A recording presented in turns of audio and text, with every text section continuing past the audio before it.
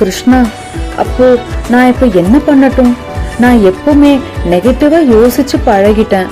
எனக்கு எப்படி பாசிட்டிவா யோசிக்கணும்னு தெரியல கிருஷ்ணா. கிருஷ்ணா சொன்னாரு, அர்ஜுனா, உன்னோட மனசுல எப்பெல்லாம் நெகட்டிவ் தாட் வருதோ அத யோசிக்க கூடாதுன்னு நினைக்கிறதுக்கு பதிலா ஒரு நெகட்டிவ் தாட்டுக்கு 2 பாசிட்டிவ் தாட் யோசிக்கணும்னு பழகு. கிருஷ்ணா அர்ஜுனாவை கைட் பண்ணாரு. முதல்ல பொறுமையா 3 தடவை மூச்சை இழுத்து விடு அர்ஜுனா. இது உன்னோட மனச கட்டுப்பாட்டுக்கு கொண்டு வரும். கொஸ்டின் பேப்பரை பொறுமையா படி. படிச்சு முடிக்கிறதுக்குள்ளேயே ஒரு முடிவுக்கு வராது. அர்ஜுனா கொஸ்டின் பேப்பரை ஃபுல்லா பொறுமையா படிச்சான்.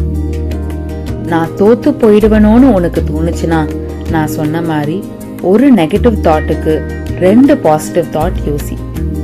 நான் லாஸ்ட் டைம் விட இந்த வாட்டி பெட்டரா எக்ஸாம் எழுதுவேன். நான் இன்னைக்கு புது விஷயம் கத்துப்பேன்னு யோசி.